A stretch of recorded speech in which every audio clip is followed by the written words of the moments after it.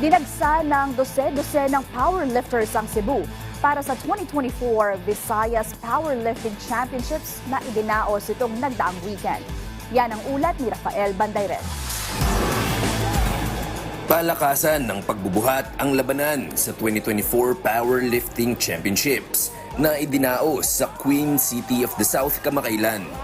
Malaki man o maliit, babae o lalaki, bata o matanda, walang problema, lahat ay pwedeng sumali. Kaya naman ganun na lamang karami ang nahikayat na lumahok. Kabilang sa mga sumali, ang national team member at Jose Rizal University Collegiate powerlifter na si Veronica Ompod. Sobrang importante din na naglalaro ka sa local kasi nga parang doon din nakikita nila kung qualify ka ba sa Worlds or sa Asian. So yun yung pinaka-importante. Sa men's division naman, bumasag ng record si Aaron Emboscado nang maitala ang pinakamataas na International Powerlifting Federation o IPF points sa Pilipinas na pumalo sa 104.16 points.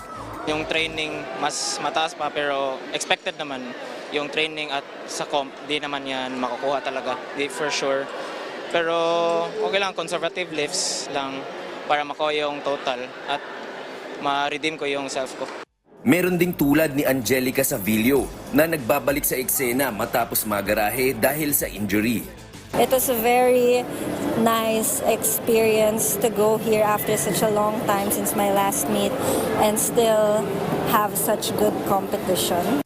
Samantala, ikinagalak ng tournament director at Pinoy powerlifting icon na si Eddie Torres ang patuloy na paglago ng sport, lalo na sa Kabisayaan.